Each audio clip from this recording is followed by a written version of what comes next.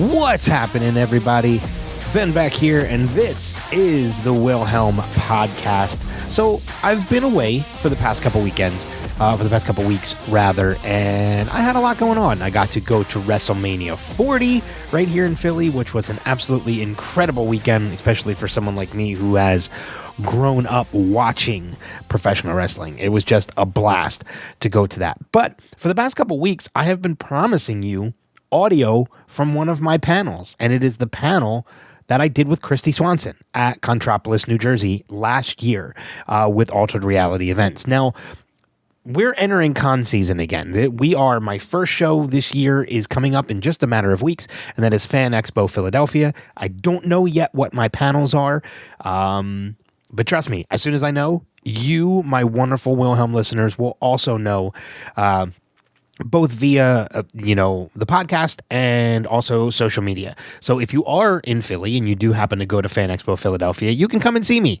You can come and see me do what I love, and that is moderate panels with some awesome guests working awesome shows.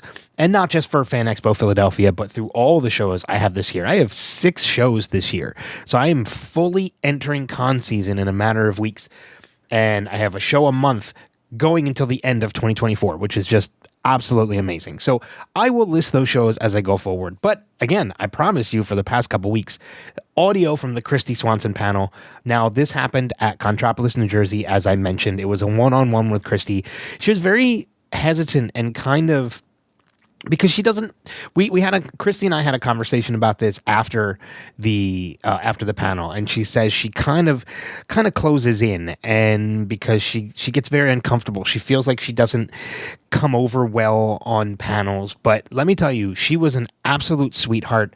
I was sitting next to Buffy Summers the entire time, and it was just an amazing opportunity. You could tell about halfway through the panel, if not sooner, she really opens up and becomes very much more comfortable in speaking. And when we had that conversation afterwards, and she said she feels like she doesn't come across properly, she said, I said to her, you came across great. Like you were very open and honest. And she's like, well, that's because you made me feel very comfortable, which meant the world to me. And I love anytime that happens. So I have more audio from other panels that I'm going to be releasing over the course of the next couple weeks as well.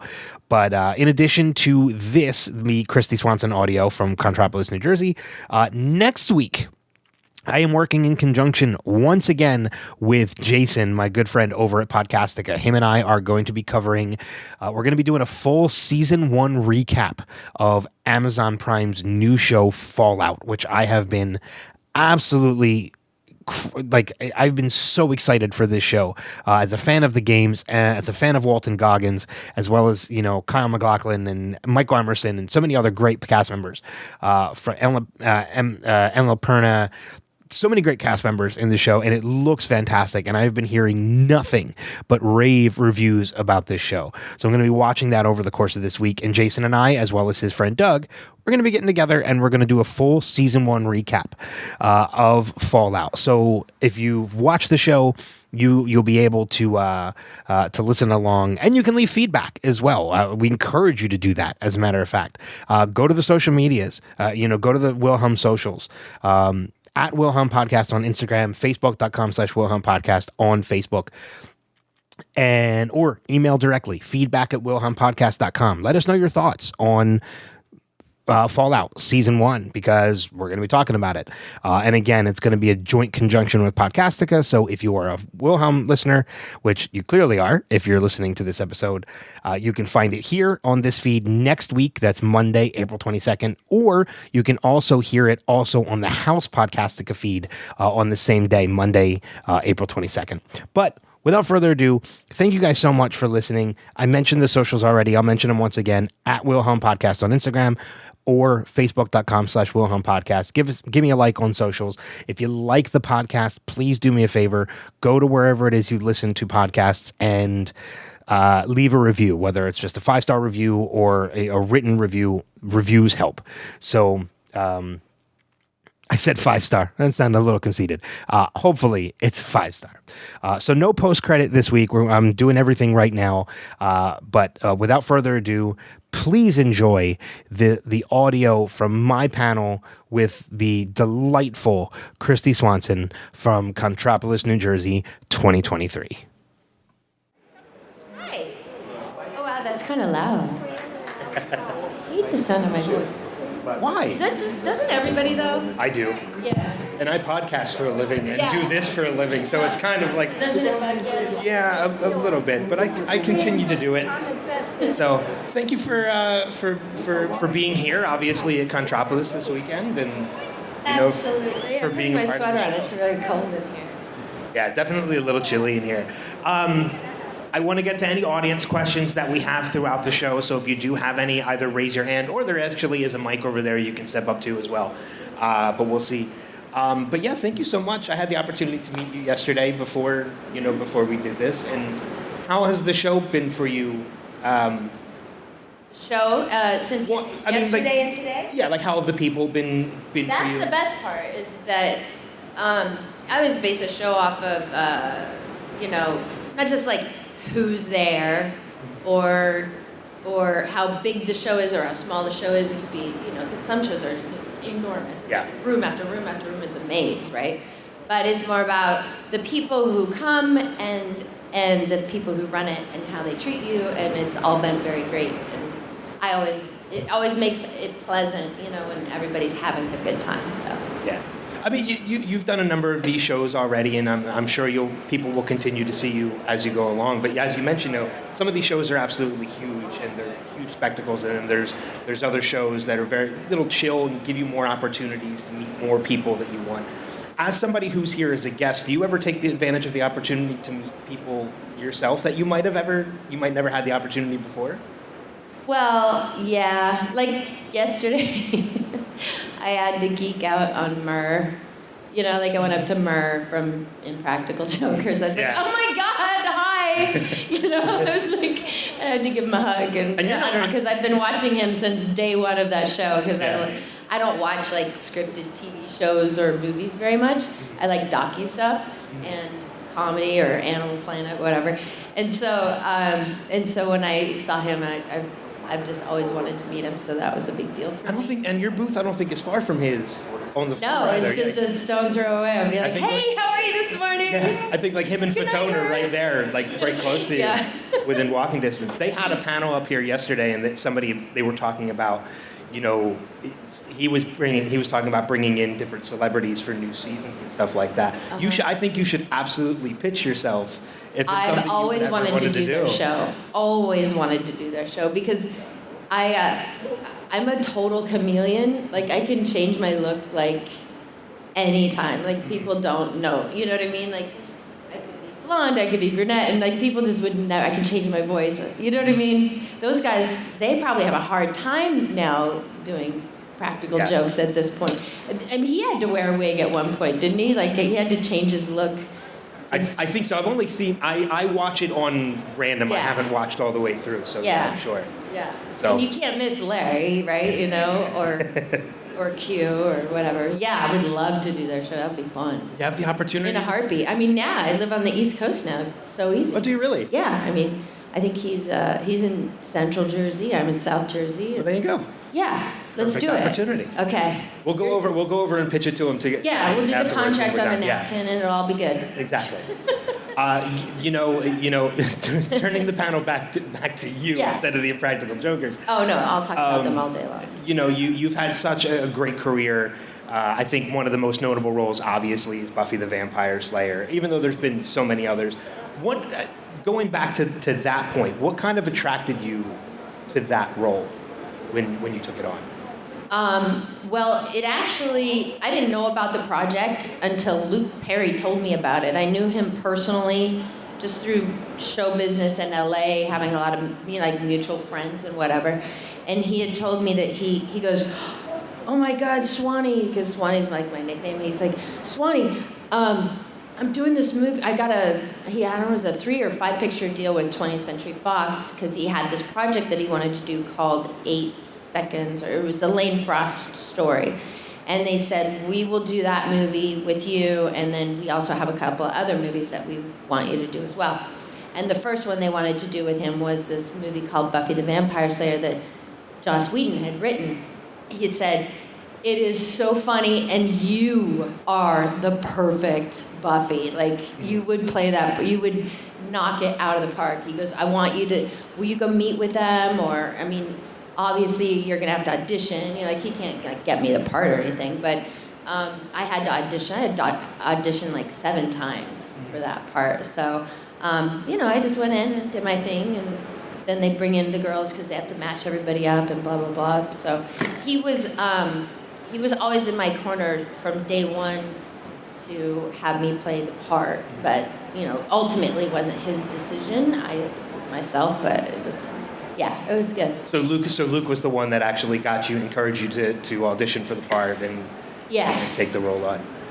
Well, yeah, and also, yeah, and I mean, he was my biggest cheerleader, let's say, you know, but he was always that way with his friends, but he wasn't the kind of guy that was like, oh, I want Kristy to play this part because I like her and she's my friend.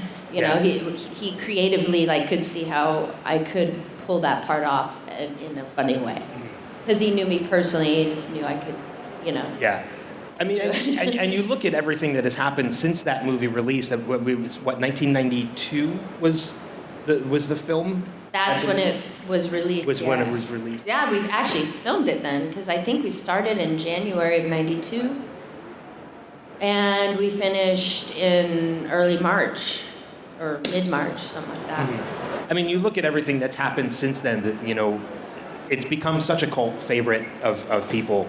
I mean, it's a movie I still watch every couple years as well. Yeah. You know, not just for the character of Buffy, but also for everybody else that was involved in that movie, from, you know, the late Luke Perry to, you know, Donald Sutherland and Paul Reubens, and it had just had such a great cast and everything.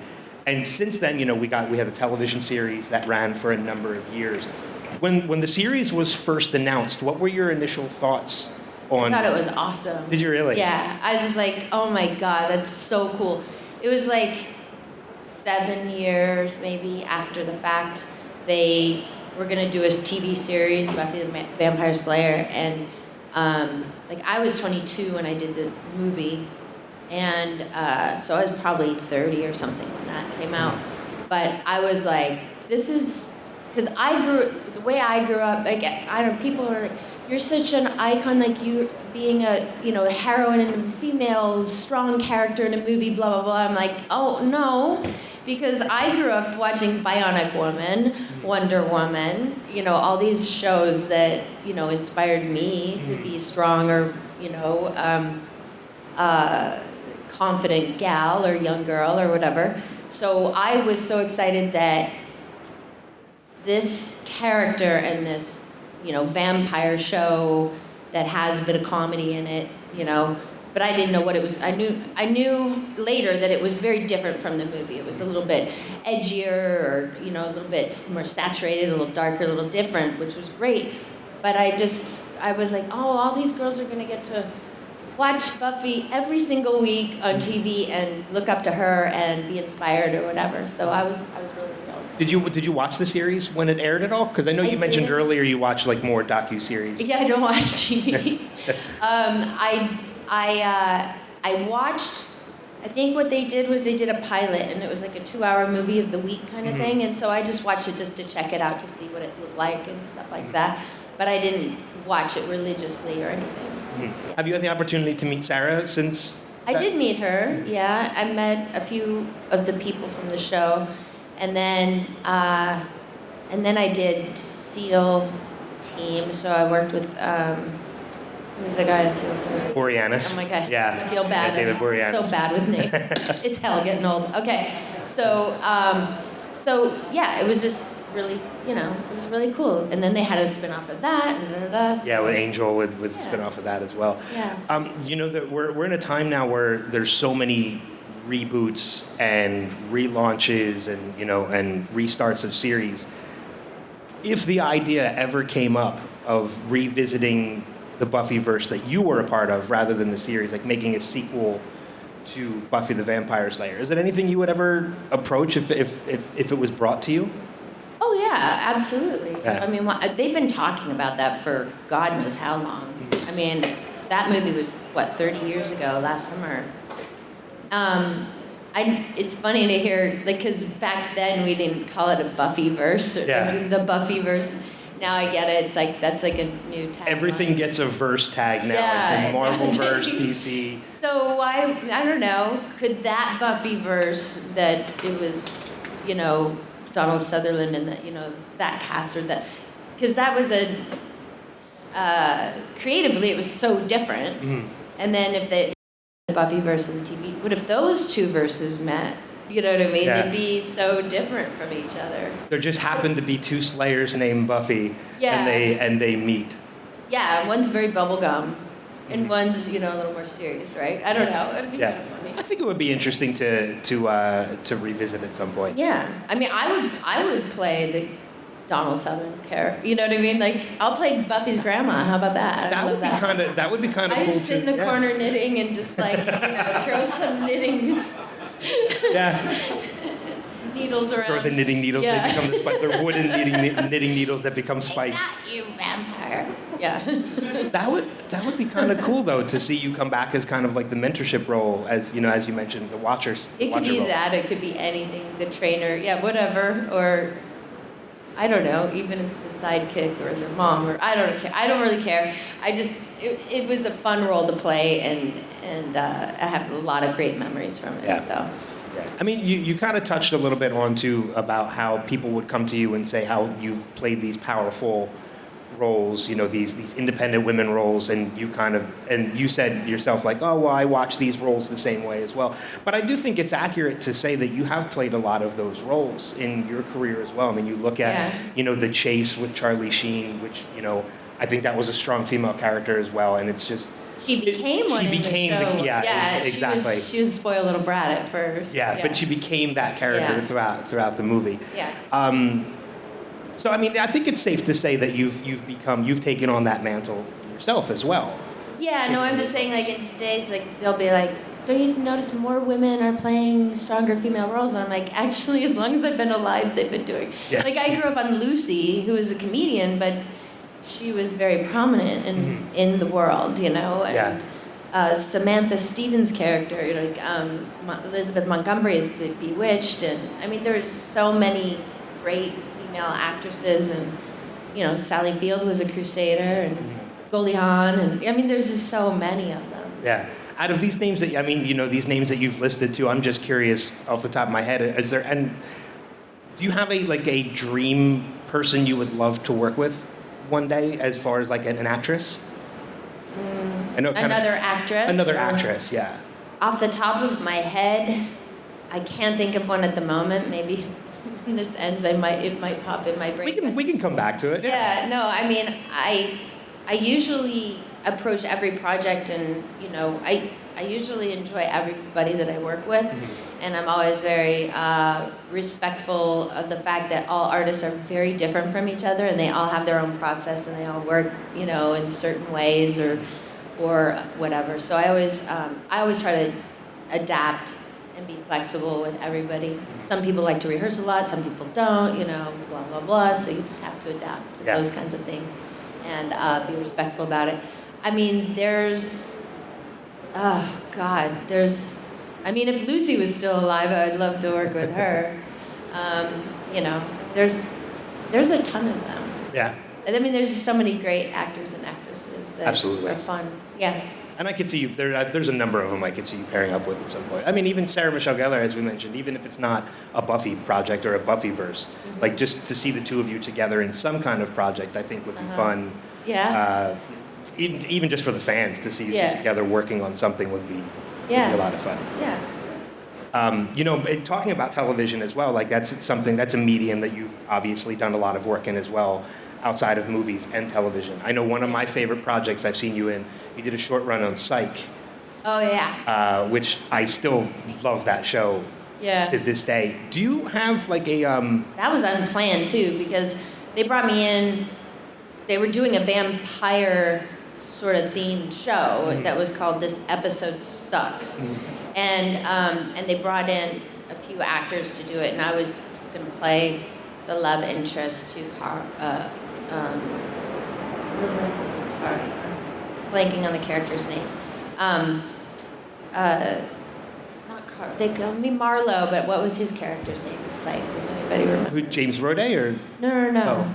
But they had me do this love interest sort of like scene, and we had so much chemistry, and they loved the fact that we had all this chemistry, and they had never had a love interest for this character for all the years that they've been on the air, like 5 years or whatever.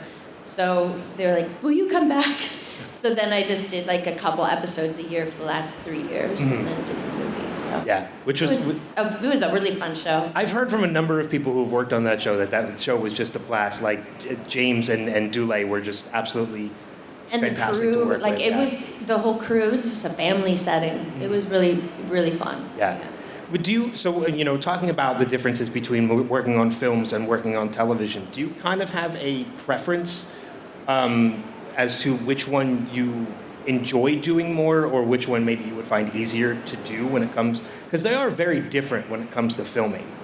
So I'm just curious if there's one that you prefer.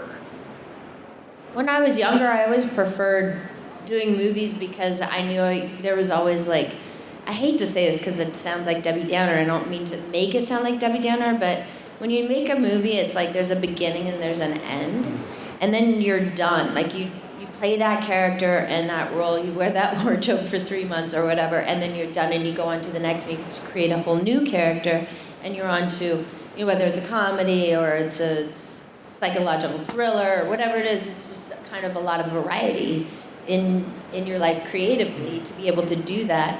And I had friends that were on TV series, and although they'd, have a 7-year run and they'd, be on TV for so long,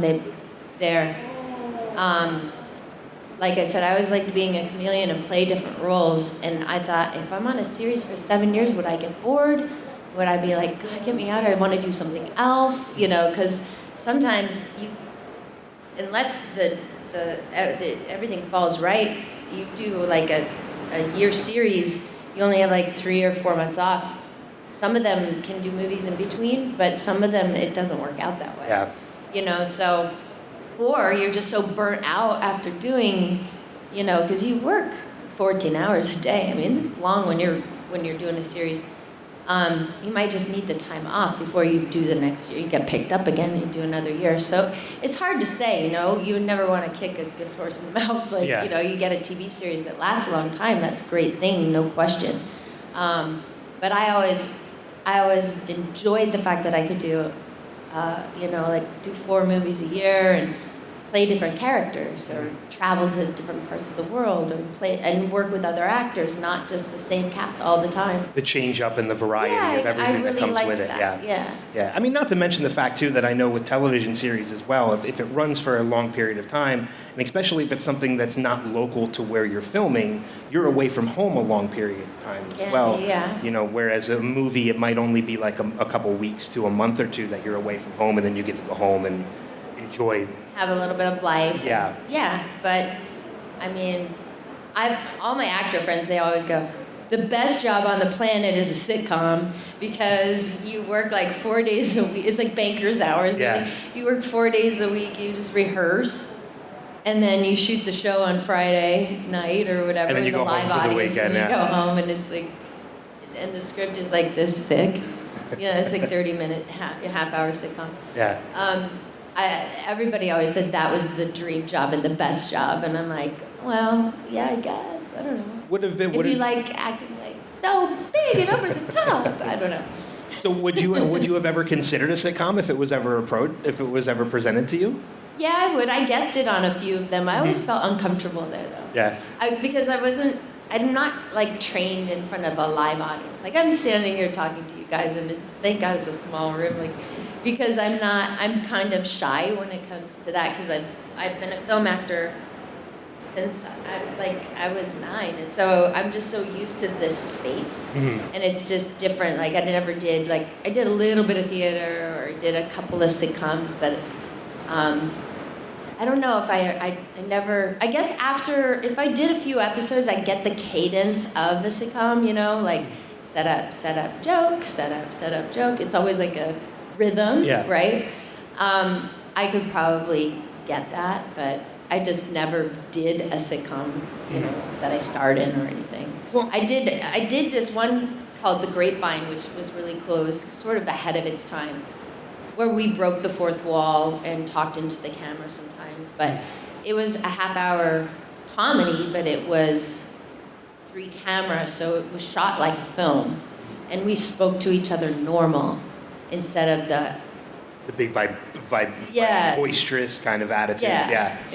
Yeah, like the kind of stuff that you see maybe on like Friends or something like that. Even though they weren't that one was more chill. Yeah. That was a bad example. Yeah. Sorry. I was thinking the sitcoms on Disney. Those are really over the top. Oh, that was incredibly over the top. You know, but one of the things too about like working with sitcoms too is it's very dependent, I think, on the sitcom. But a lot of times you hear the guest actors usually get treated pretty well when they come in. Like, I know it can be intimidating sometimes for someone to come in as a guest because you're basically walking in on somebody else's family, and you're temporarily becoming a member of that family, so it could be kind of awkward. Right, and they have a system, and you have to kind of like fit in for a minute. Yeah, exactly. Different. Mm-hmm. Yeah. And does anybody have any questions for Kristy they'd like to ask while we're here? Sure, step on up. So I was kind of curious, you know, with the controversial legacy of Joss Whedon after the Avengers and all the controversy, was he like as bad as they say on set, or was he? You're gonna have to tell me what the controversy was, though, because I didn't know about any. So he was kind of like soft canceled. Basically, people said that the gist of it is that he was like sleeping around with like actresses on set and fangirls at conventions, cheating on his wife. So he was kind of like a little bit of a hypocrite, and supposedly he would like scream at people in Buffy, like the whatchamacallit. I did hear about some of that stuff. There's some lawsuits or something that happened? Or? The like Spike guy, he like said, "You're nothing without me. I don't care how popular you are." Oh wow. I think it's kind of safe to say though that just the fact that you didn't hear about any of that and you weren't aware of it, I think that kind of answers the question. There was some controversy. Yeah, I just didn't pay a whole lot of attention to it, you know. But I would say I didn't experience that. I only knew Joss when we did the movie in '92. I was 22 years old. I don't know how old he is today, but he was a kid too. I remember he was just a young guy, and he was getting his movie made by 20th Century Fox, and he was first one on the set, last one to leave. He was there every day, and it was really great to have him there, because if we had any questions or something wasn't working with the dialogue, or we needed to change something, he was right there to help make it work. You know what I mean? Like, because of the location we were in, or this, we could make this a little funnier, or whatever it was. He could be there to work with the director and the actors, and it was nice to have that. You don't always have that on a movie set where the writer's right there and he can fix it. You know what I mean? So my experience with him was really good. I never had a horrible experience, but we also weren't like besties, or like we didn't stay in touch after the movie or anything. But I was happy for his success. I was happy that he brought Buffy into and as a TV series. The rest of the stuff I know nothing about. I wish I could answer. No, it's a really good perspective. Sometimes I question a lot of that, so I don't know if it's real or not. I don't know if it's tabloid talk. I don't know. Yeah. But thank you for your frank assessment. Yeah, absolutely. I mean, you mentioned, working on Buffy again and working with Joss. Over the course of your career, you've worked with a number of, great directors as well as other actors. We mentioned, Luke Perry, Paul Rubens, Donald Sutherland. You've worked with Charlie Louise Fletcher. Yeah, I almost forgot Charlie Sheen's name. I don't know how I would have forgotten. Yeah. Adam. Chuckle Sheen. Is that what you? No. Oh, okay. Yeah. I'm just making a joke. I would like to see if anybody called him Chuckles, how he would react to that. I've heard it before on set somewhere. I don't know. We did we were in 3 of the same film. We were both in Ferris Bueller. His scene in Ferris Bueller is like one of my favorite scenes ever on film. That scene with him and Jennifer Grey is just the funniest ever. I love that scene. And then we did Hot Shots, and then we did The Chase. Hot Shots, I get, because I almost forgot actually that you were in Hot Shots until I rewatched So that did movie. I. I was Kowalski. Yeah. I was like the girl with the dudes. Yeah. In the barracks. Yeah, I had an opportunity to have a conversation with Ryan Stiles, who was also in that movie as well, from Whose Line Is It Anyway? Yes, Ryan. So you tend to forget I did his golf sometimes. tournament a few times. Yeah. Did you really? Yeah, he's a funny guy. Yeah, but I mean, like, you know, obviously Ashton Kutcher and Sean William Scott and Adam Sandler as well. What's been some of the takeaways that you've kind of taken away? Has there been anything from working with these people you've kind of taken away from them to kind of, I guess, accentuate your own career? If that makes sense. I don't know. I don't know. I can't say. I mean, I've always enjoyed working with most everybody that I've ever worked with, and I, you know, growing up in the business, being a 9-year-old starting out, and then having a lot of friends that were kids, whether they were, you know, like 10 to 16 years old, being on TV series and being megastars. And being around them was a huge influence on my life because for some reason, I don't know if I was just an old soul when I was young, but I was like, I like what they're doing, you know, I think I would love to do that. But then I always looked to the future. And I always thought, but I'm gonna, because I would see, because I've been around for 43 years of my career, I could see like a lot. You're always taking a risk when you're a child star. It's hard to then transform or transfer into like an adult, having an adult career, because you're like known as so-and-so from 8 is Enough, or you're known as so-and-so from whatever, you know what I mean? So I was worried about that. I was like, I want to do this my whole life if I can, you know? But you know, that worry of being typecast. Not being typecast or just being a household name at such a young age. There's only a few that I knew that did it, like Jodie Foster is a perfect example. I'm blanking right now on who. There were just a couple that really could make it happen. And so I just wanted to be able to make sure that I had longevity. So I was really, all I focused on was, I'm going to get as much experience as I can as a young person and do, you know, as many TV movies or parts or roles or this or that, and just be in my craft and around the business and blah, blah, blah, just do my thing. And then as I get older, because when I was 14, I got emancipated because they were hiring 18-year-olds to play 14 and 15-year-olds.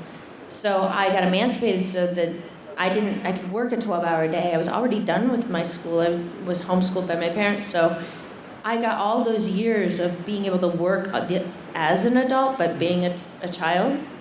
And then I was able to just transition right into my 20s, and then my 30s and my 40s. Now here I am in my 50s, which is going to be a little bit of a lull because I'm waiting for that grandma role, you know what I mean?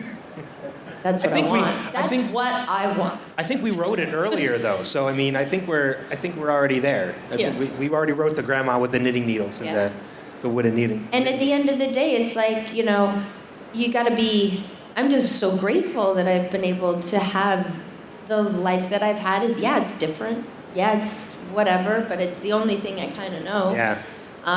But I understand why it's different. But I'm grateful that I've been able to stay.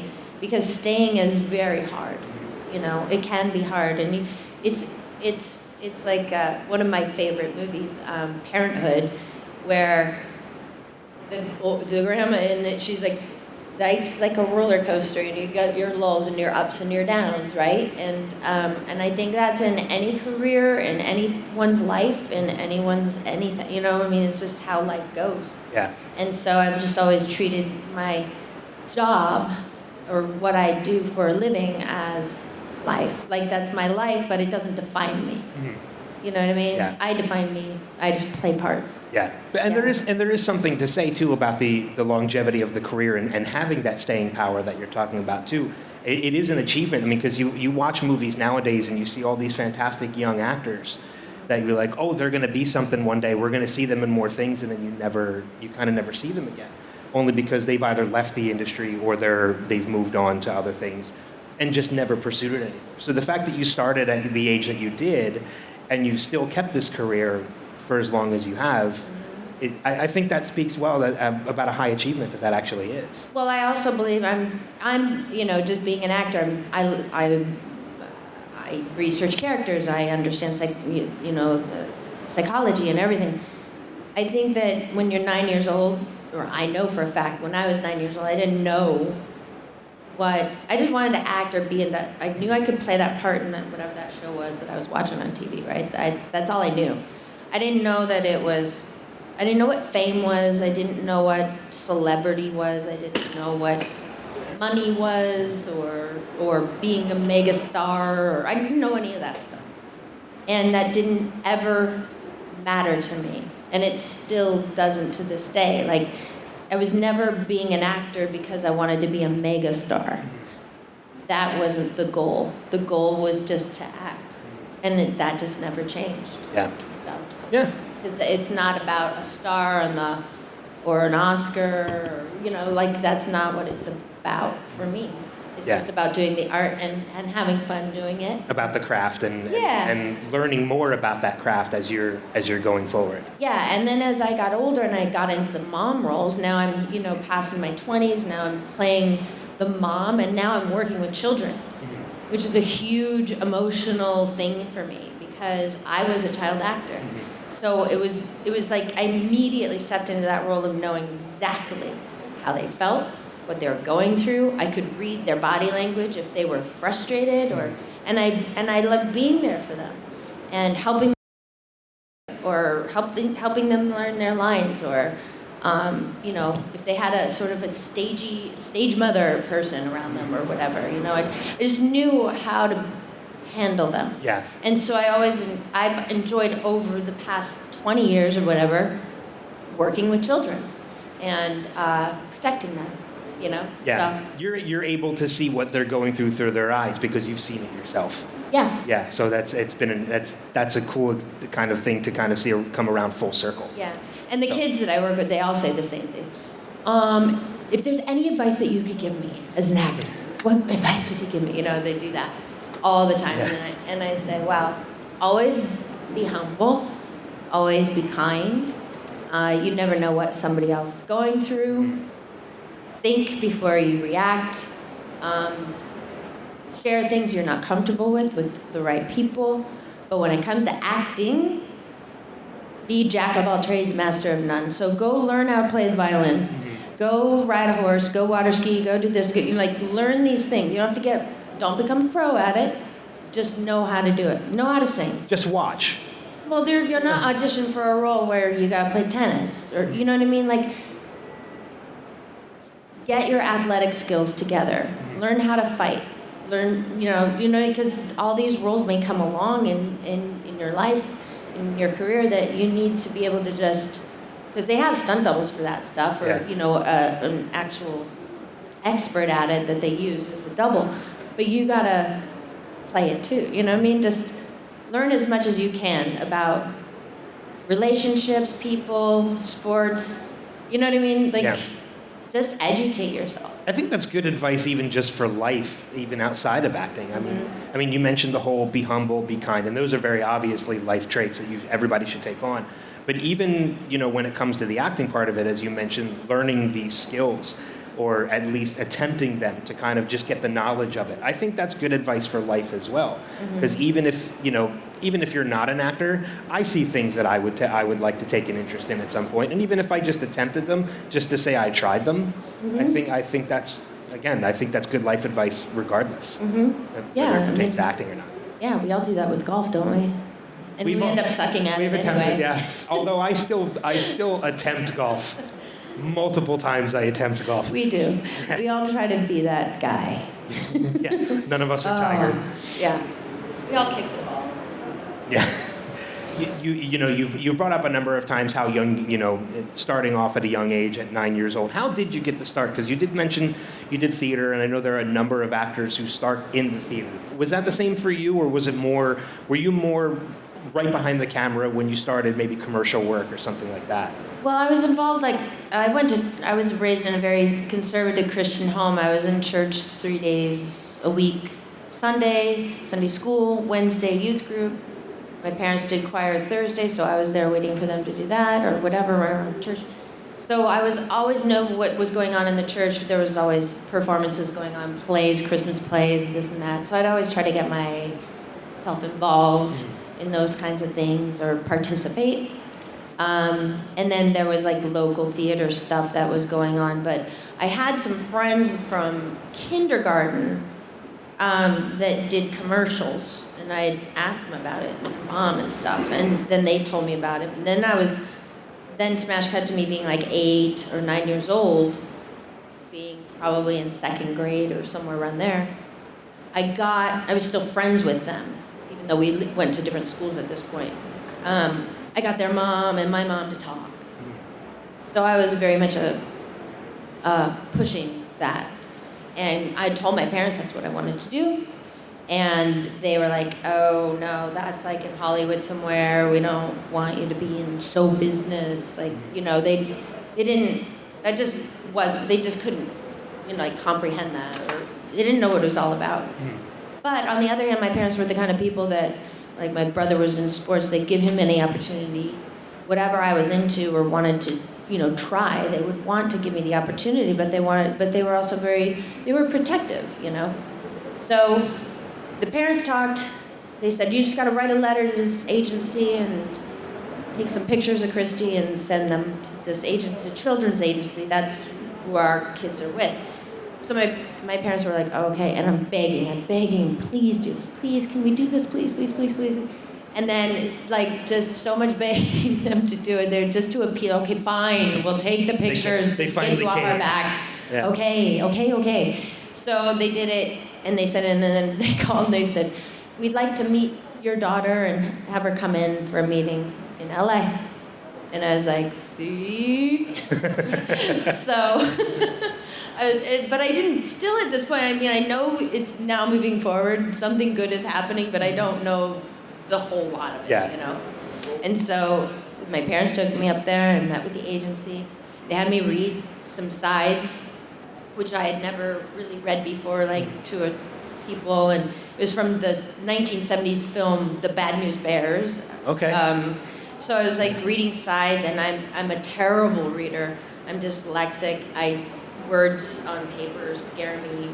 You know what I mean? I was not seasoned or trained, you know what I mean? I may have done some musicals at church, but that's about it, Yeah. So I read that, whatever. I must have wung it. I don't know how it happened. But then they said, we would like to represent your daughter and send her on her first commercial audition tomorrow. And I was like, see? So now I'm going on an audition for Tommy Toy commercial, Dollhouse commercial. I get there, I'm just me and my dad. I'm in my best Sunday dress. And I've got my little Kodak pictures, or whatever they were. Maybe they were Polaroids, I have no idea. But all these girls have these 8x10s and these composite pictures, and it was like walking into I don't know, it looked like a beauty pageant, toddlers in tears, and all the stage moms and all that. And I'm just hanging out with my dad, saying, whatever.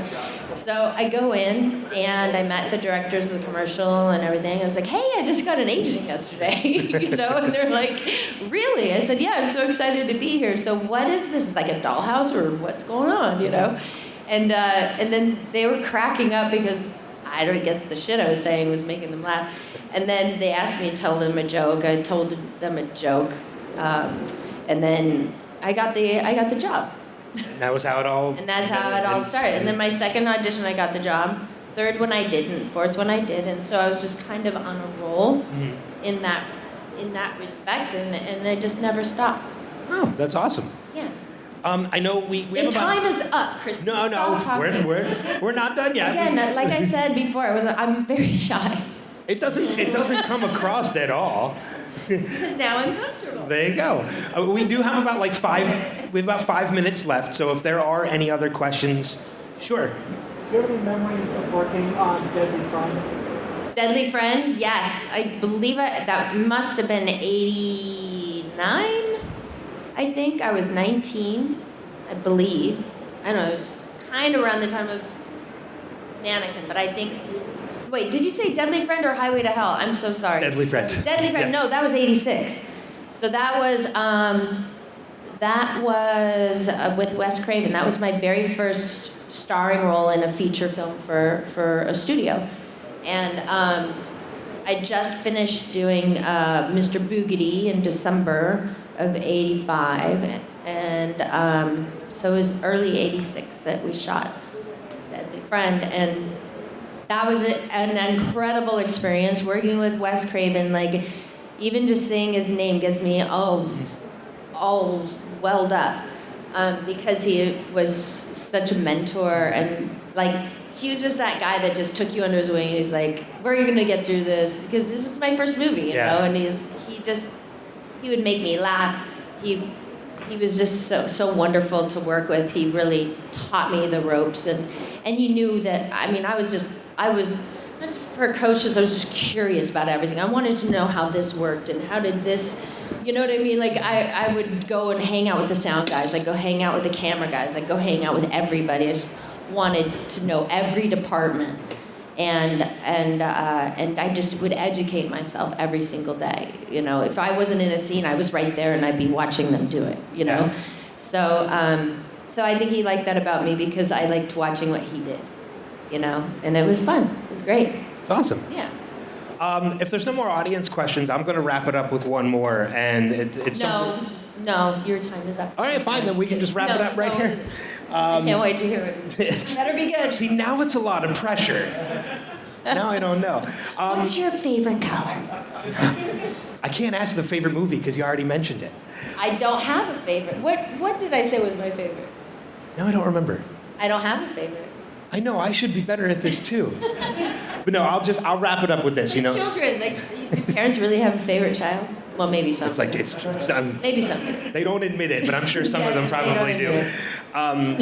You know, you've worked in a ton of, you know, all the movies that you've worked in, a ton of, you know, genres. You've done comedy, you've done drama. You know, we have Flowers in the Attic, which wasn't even brought up. Super dark, yeah. Yeah, very dark. Is there a genre you have yet to work in that you would be interested in? An old Western would be fun. That would be kind of cool, actually. Yeah. I just thought that as well.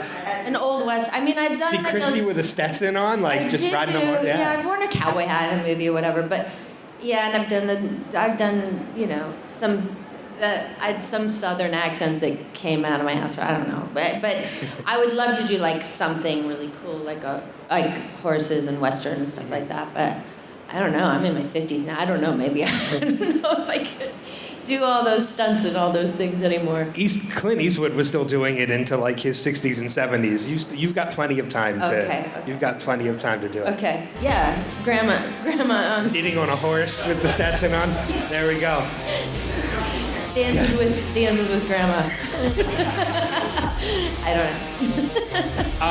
Kristy, thank you so much for spending this time with Thank you, stage, guys. for spending it all with everything. Wonderful. Make sure you go over to her table if you haven't already.